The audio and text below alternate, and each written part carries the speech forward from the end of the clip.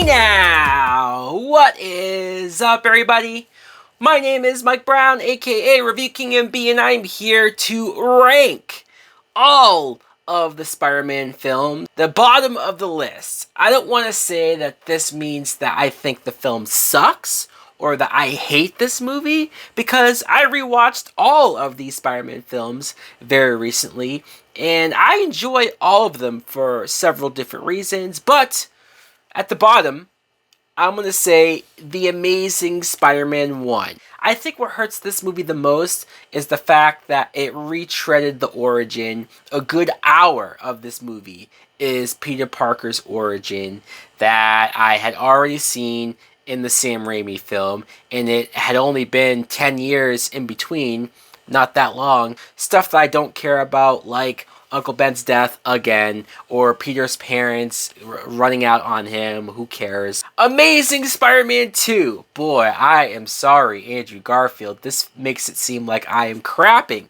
all over this guy. It's not him. I think he's actually great as Spider-Man. He's funny. He's charismatic. He looks the part. His suit in this second movie in particular looks great. And I do think that the action in this movie is far better looking than the action in the first Amazing Spider-Man film. I just feel like the movie is too bloated. It has at least too much going on without really knowing how to handle all of this stuff, like Rhino, like Electro, like introducing Harry Osborn in the same movie that you're going to make him become the Goblin. You can't do that all in one movie. You can't. Sony was clearly trying to copy Marvel Disney, trying to set up stuff like the Sinister Six and the third movie, and apparently they wanted to have an Aunt May secret agent film. Emma Stone is great. Gwen Stacy's death scene is impactful, does get me teary-eyed. Spider-Man 3! And this is another movie that I enjoy and that I can watch and have fun with, but the issues are glaring. They are there. Like the way Venom is treated, for sure. The way that emo Peter, which we now call Bully Maguire, and don't get me wrong, Bully Maguire has provided us some of the greatest memes, some of the greatest videos on YouTube ever. And so in a lot of ways, we have to preserve it. But in a perfect world, I would not have had emo Peter, Bully Maguire, be taken as such a joke. I would have treated him with the black suit a lot more serious. I think Mary Jane, Kirsten Dunst, is written so poorly in this film, very unlikable. You almost don't want the two of them to stay together. James Franco's Harry Osborn was wasted as well. Sandman is just really a guy to be a cool special effect. This was supposed to be the end of a trilogy. This was supposed to continue on from what I think are two great Spider-Man films. If this movie was great and damn near perfect as well, there'd be no denying that that would be one of the greatest trilogies of all time. Next might surprise some people, because I know some people say that this is their favorite Spider-Man film ever. Spider-Man Into the Spider-Verse. I don't know if I don't have it higher on the list because it's animated, which is dumb. I love animated movies. It's not that. But maybe there is a separation. I don't know. I know I saw this movie in theaters and I loved it, and I've watched it since then, and I still have fun with it. I still love the humor. I love the story. I love how they swiftly introduced the multiverse. Just that concept, which is so hard to get a casual fan, a casual audience to rack their brain over and completely meld with.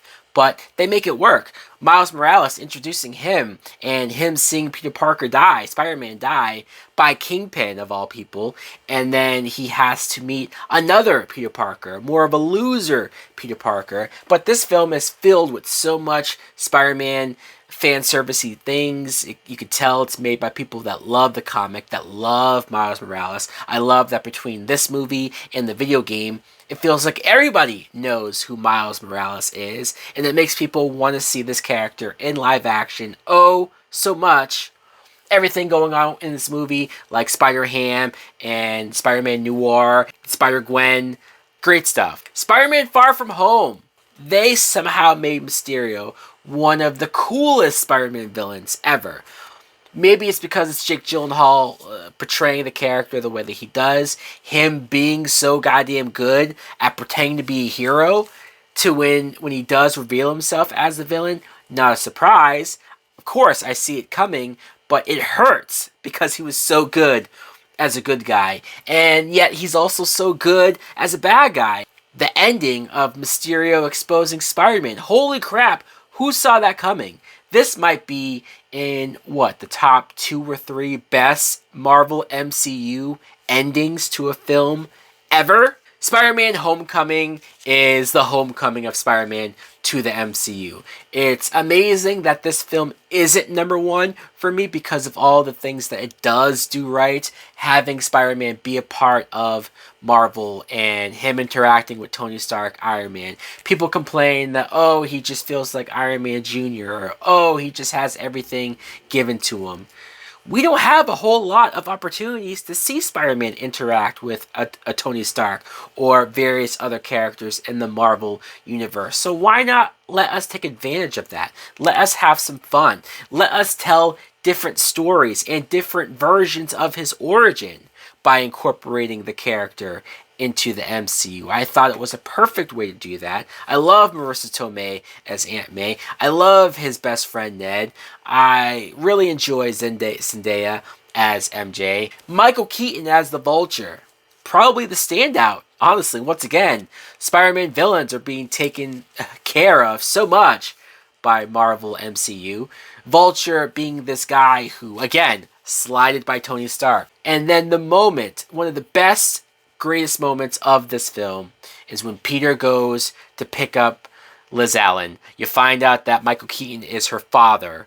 So not only is that reveal great, but the whole conversation, the whole drive of them going to the dance and Michael Keaton being able to put it together that Peter is Spider-Man, and how awkward that gets, and how he stops and threatens Peter, like adult to a child here.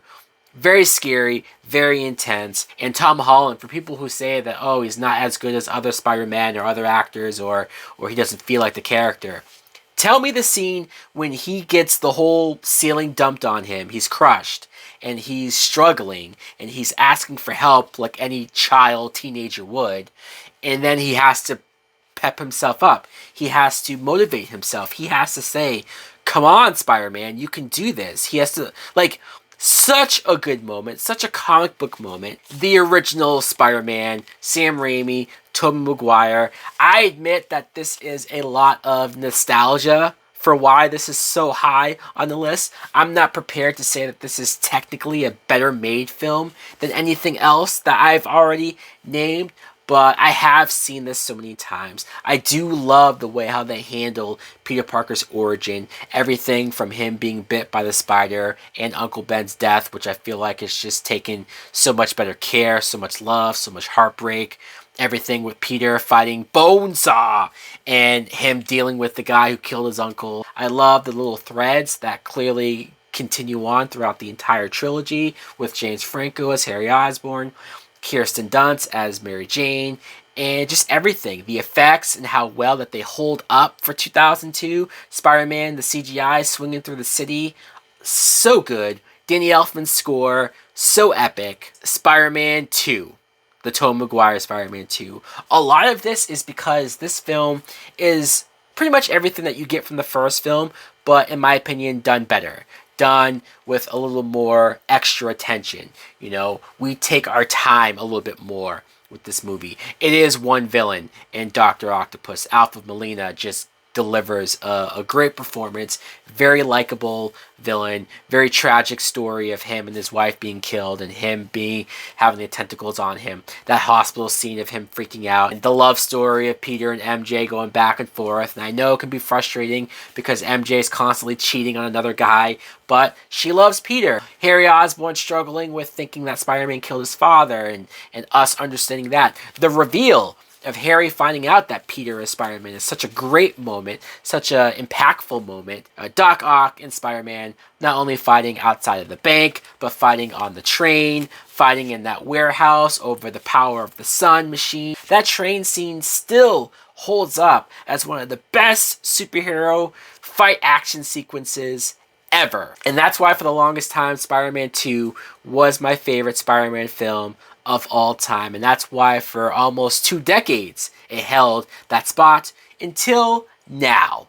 Because now, my favorite Spider-Man film of all time, and maybe it's premature, maybe I'm saying this because of recency bias, but I have seen this movie more than once in theaters. Spider-Man No Way Home. This just has everything. This is the perfect love letter if you're a Spider-Man fan, if you're a fan of the comics and the movies. If you're just a fan of the movies, it has so much there for you. Bringing all the villains to the screen. Every villain that you knew and loved from the past films. Willem Dafoe as Green Goblin.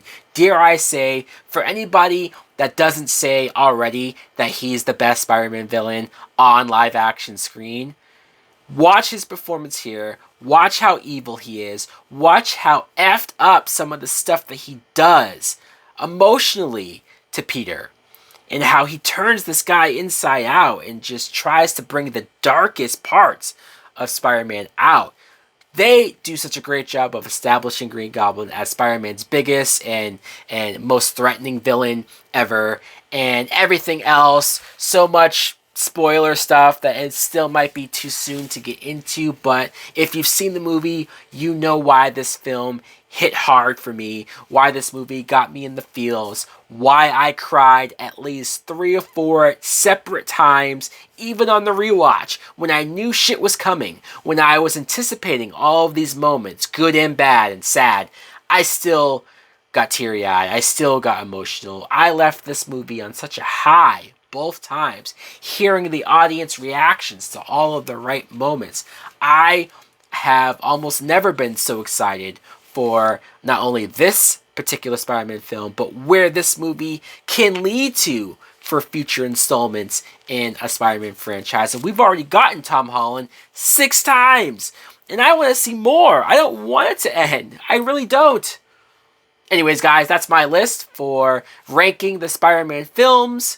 Let me know in the comments below what you think of not just my list, but what is your list of favorite Spider-Man films from least favorite to your favorite. Hit that notification bell for more videos like this and reviews. Thanks for watching. Like, comment, subscribe. Later!